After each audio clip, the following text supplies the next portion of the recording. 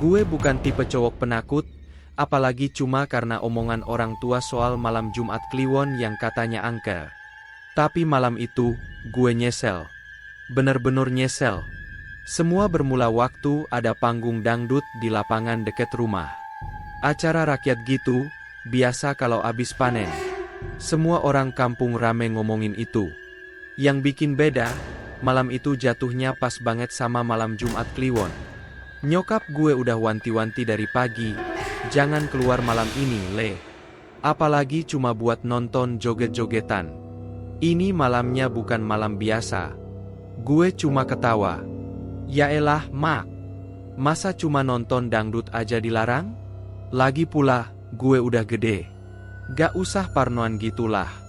Nyokap cuma ngelus dada. Tapi dari matanya, gue bisa lihat dia takut. Bukan takut sama gue, tapi takut ada sesuatu yang nungguin di luar sana. Jam 9 malam, gue nyelinap keluar lewat jendela kamar. Motor gue gas pelan biar gak kedengeran. Jalanan kampung udah sepi. Lampu jalan cuma ada satu-satu, itu pun temaram kayak senter kehabisan baterai. Pas nyampe di lapangan, musik dangdut udah menggelegar. Lampu warna-warni, cewek-cewek penyanyi dengan dandanan menor, penonton pada jingkrak-jingkrak. Gue langsung lupa sama larangan nyokap. Namanya juga anak muda, darah masih panas. Tapi, semua berubah waktu acara kelar. Jam 12:30 malam, penonton udah mulai bubar. Gue jalan sendirian ke tempat parkir motor yang agak ke pinggir kebon. Nah disitulah, semuanya mulai aneh. Gue lihat ada sosok putih berdiri di bawah pohon pisang. Gue kira tukang parkir. Tapi pas gue nyamperin, dia gak gerak. Diam. Kaku. Mukanya ketutup kain kafan. Jantung gue langsung berhenti sepersekian detik. Itu pocong. Matanya bolong. Mukanya pucat kayak kapur. Dan yang paling bikin lutut gue lemas, pocong itu ngelirik ke arah gue. Terus senyum. Senyum yang gak masuk akal. Gak ada mulut, tapi gue ngerasa dia senyum. Kayak bilang, sudah waktunya, Nak. Gue pengen lari, sumpah pengen lari, tapi kaki gue gak bisa digerakin. Dan tiba-tiba, pocong itu lompat. Bukan ke arah lain, tapi ke arah gue. Gue cuma bisa ngelotot lihat pocong itu lompat ke arah gue. Lompatannya bukan kayak manusia biasa. Nggak pelan, nggak goyang-goyang kayak di cerita-cerita yang sering diledek-ledekin di medsos. Ini cepat banget. Dan bunyinya, sumpah, sampai sekarang masih terngiang di kuping gue. Duh, duh, duh. Bunyi pocong itu mantul di tanah kayak karung beras dilempar pakai tenaga gila.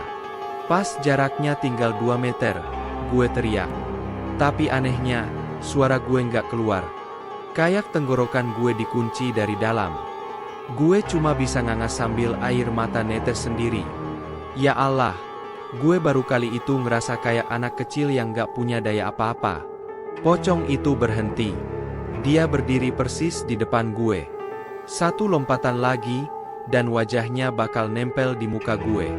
Kain kafannya sobek di bagian jidat, dan dari celah itu, ada bekas luka busuk yang kebuka. Ularnya, ya Tuhan, ada ular kecil keluar dari lubang itu, ngegeliat pelan. Gue udah mau pingsan. Tapi tiba-tiba, ada suara jeritan perempuan. Teriakan tinggi, serak, dan marah banget. Wes tak omongo, ojo metu jam ngene. Itu suara emak gue. Tapi anehnya, bukan dari rumah.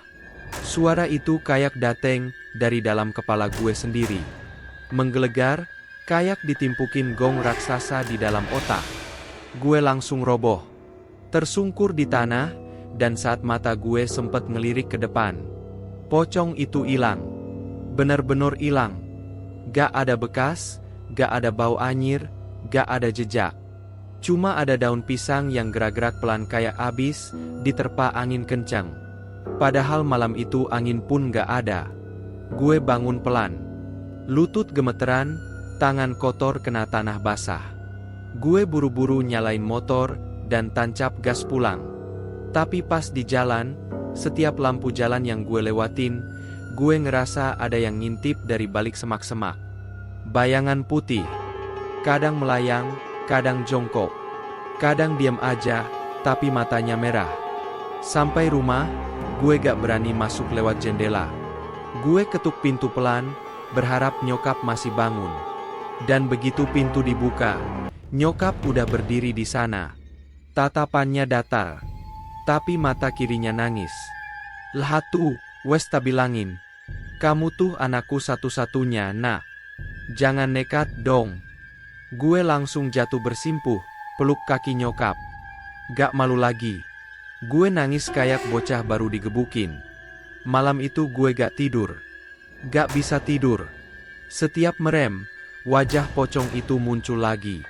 Senyumnya, ularnya, dan suara emak gue yang jerit di dalam kepala. Kayak udah jadi bagian gue sekarang. Dan sejak malam itu, gue gak pernah nonton dangdut lagi. Apalagi kalau jatuhnya pas Jumat Kliwon.